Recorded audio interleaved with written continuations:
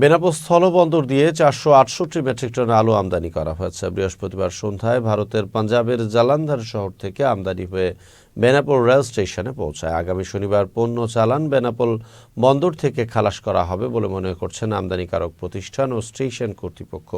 পণ্য চালানটির আমদানি মূল্য $1,07,440 প্রতি কেজি আলুর বাংলাদেশে আমদানি মূল্য ধরা হয়েছে প্রায় 28 টাকা। বেনাপোল রেলওয়ে স্টেশনের সহকারী মাস্টার পারভিনা খাতুন জানান, ভারত থেকে ট্রেন যোগে 468 মেট্রিক টন আলু আমদানি করা হয়েছে। শনিবার আলুগুলো আনলোড করা হবে। এভাবে আলু আমদানি চালু থাকলে দেশের বাজারে আলুর দাম কমে আসবে বলেও জানান তিনি।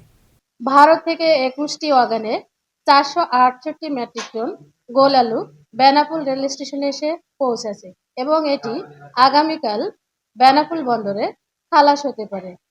এভাবে যদি ভারত থেকে আলু আমদানি করা হয় তাহলে দেশে আলুর দাম অনেকটাই কম হবে বলে আশা করা যাচ্ছে।